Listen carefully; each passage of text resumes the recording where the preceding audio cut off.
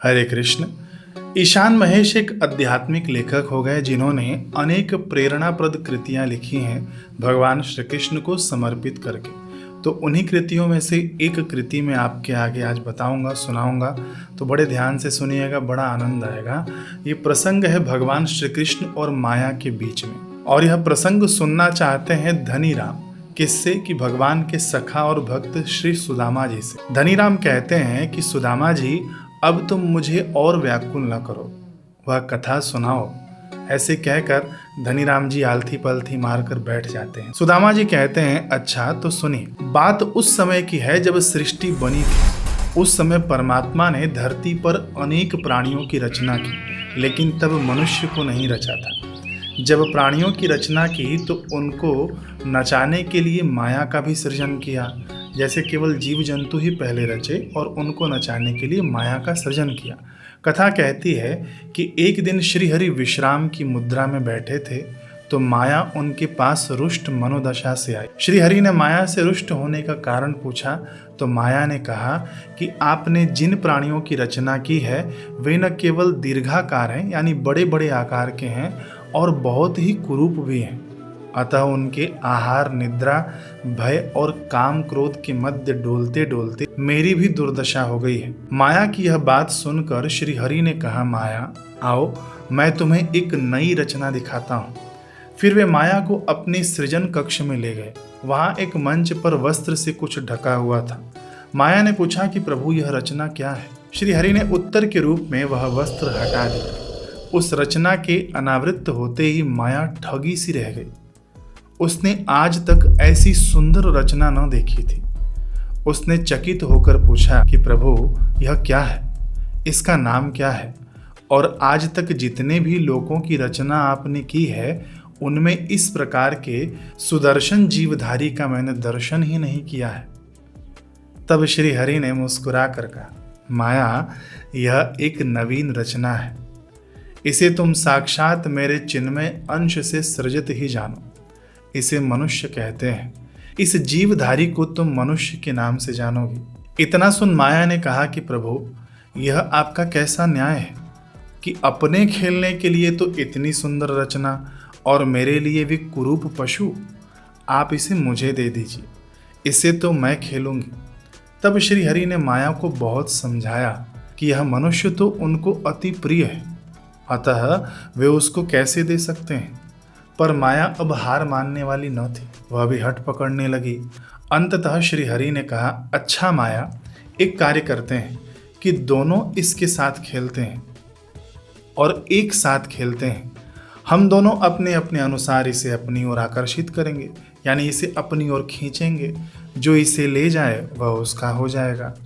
तो ऐसा करो कि 50 भाग तुम्हारा और 50 भाग मेरा, यानी 50% तुम्हारा और 50% मेरा। तब माया ने कहा, प्रभु, तब तो यह मनुष्य निश्चित रूप से आपका ही होगा। यह तो खेल समानांतर शक्ति का नहीं हुआ ना। आपके 50 भाग के समक्ष मेरा तो वश नहीं चलेगा।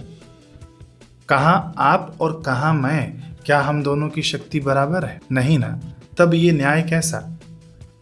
तब बहुत देर तक कौन कितने भाग से मनुष्य को अपना बनाने के लिए आकर्षित करेगा, इस विषय को लेकर तर्क वितर्क होता रहा। अंततः यह निश्चित हुआ कि माया के द्वारा खींचने का भाग 99 अंश यानी 99% और श्री हरि एक अंश से मनुष्य को अपनी ओर खींचेंगे। यानी माया पूरा 99% अपनी शक्ति से खींचेगी और भगवान केवल 1% अपनी शक्ति से खींचेंगे। तब भी माया शंकित स्वर में बोली कि प्रभु, इतना सब होने पर भी आपको एक प्रतिज्ञा और पूरी करनी होगी कि मैं 99 अंश से जब खींचूंगी तो अपने पूरे वैभव और ऐश्वर्य के साथ मनुष्य को दिखाई दूंगी।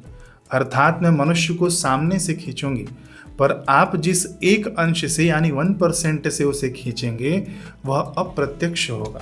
आप अगोचर होंगे, अदृश्य होंगे, मनुष्य को दिखाई न देंगे।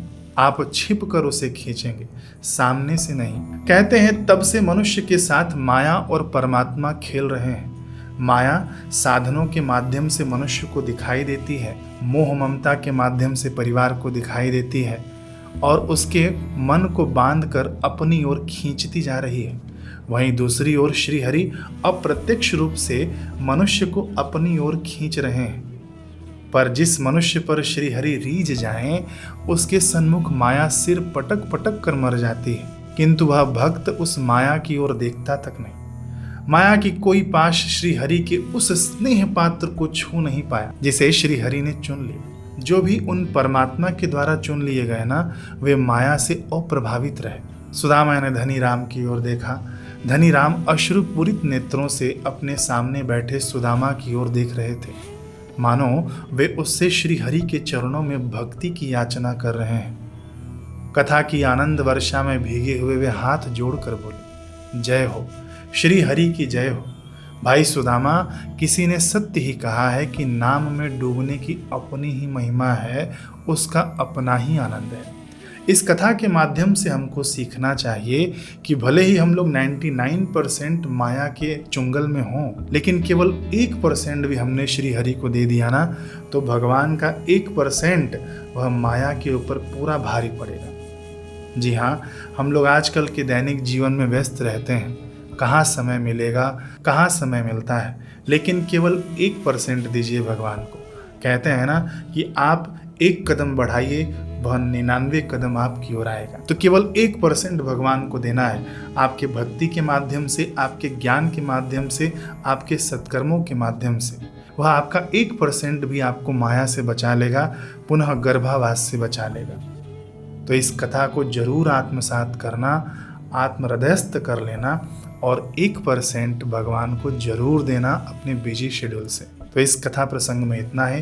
मिलते हैं हम लोग अगले कथा प्रसंग में। तब तक के लिए हरे कृष्ण।